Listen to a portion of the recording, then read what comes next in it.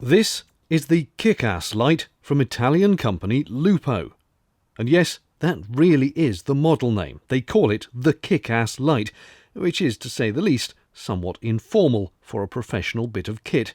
But does it, in fact, kick ass?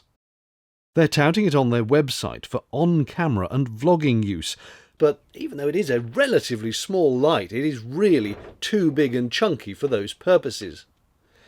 Top lights give a very harsh and direct blast of illumination onto whatever you're filming. It is not pretty, which is why they tend to just be used in run-and-gun scenarios such as news gathering.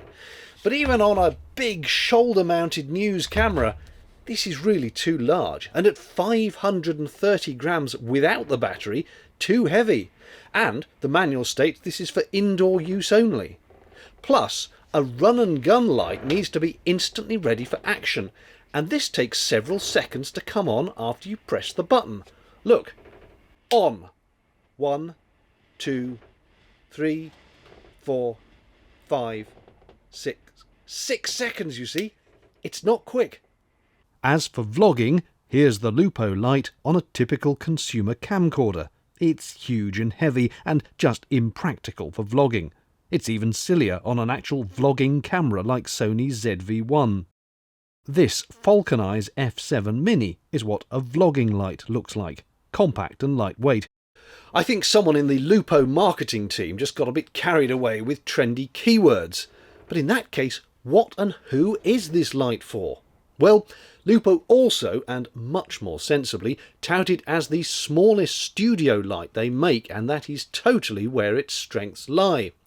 Consider this a portable studio light, either for permanent setup or for taking to shoots where you have time to set it.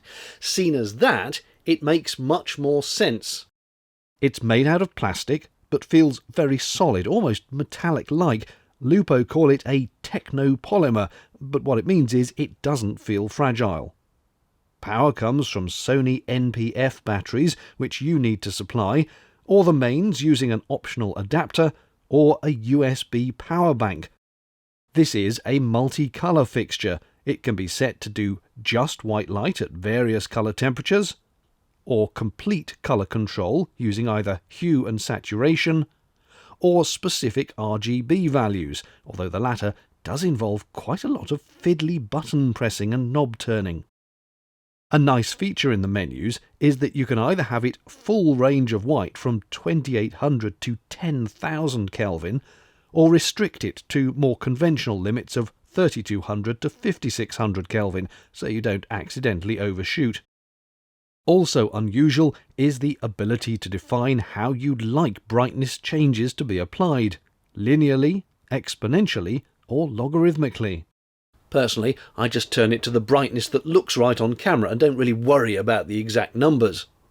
I did notice a slightly sluggish feel to the controls quite often. You'd turn the knobs and there'd be the tiniest of delays, fractional, but it was there.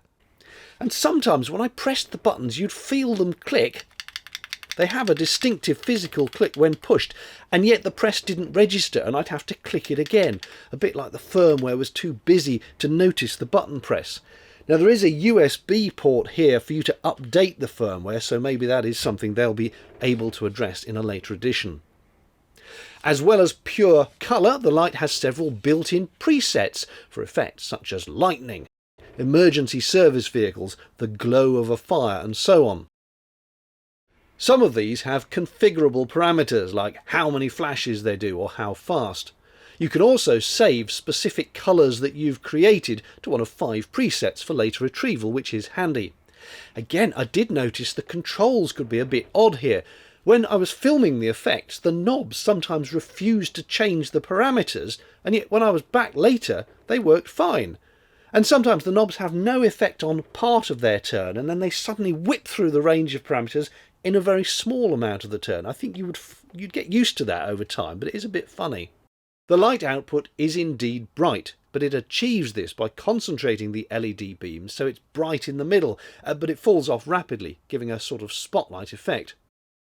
By way of comparison in terms of pure output, I shot the same scene with the exposure set the same using a Falcon Eyes F7 Mini and my very ancient Aputure AL-H160. The F7 didn't stand a chance, unsurprisingly, but the Aputure seemed reasonably bright with a more diffuse pattern.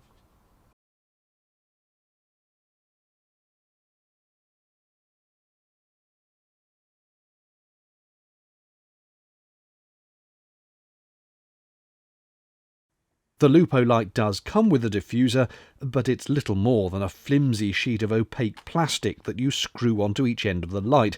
I honestly doubt it would last long in the field. Here's what the light looks like with diffusion, and here without. Light quality is quoted at a TLCI of 97, which is good. Final thoughts then. It's not a cheap light, retailing in the UK at £300 plus VAT, that's $357 all in. For that money, it's a shame the diffuser is so feeble, and a shame that no carry bag is supplied with it, since it's clearly a light designed to be taken from setup to setup. Ignore what Lupo say about this being a top light or vlogger's light. It's not even a general purpose all-rounder really. What it is a very solid, seemingly well-built, fairly compact and certainly versatile light which can produce any variation of white as well as RGB and effects. So it's ideally suited for specific colour splashes and highlights in a set-up filming environment where you have time to put it on a stand and point it where you want it, either on the road or in a fixed studio. If you'd like to buy one, I've left a discount code and a link in the video description. And as always, thanks for watching.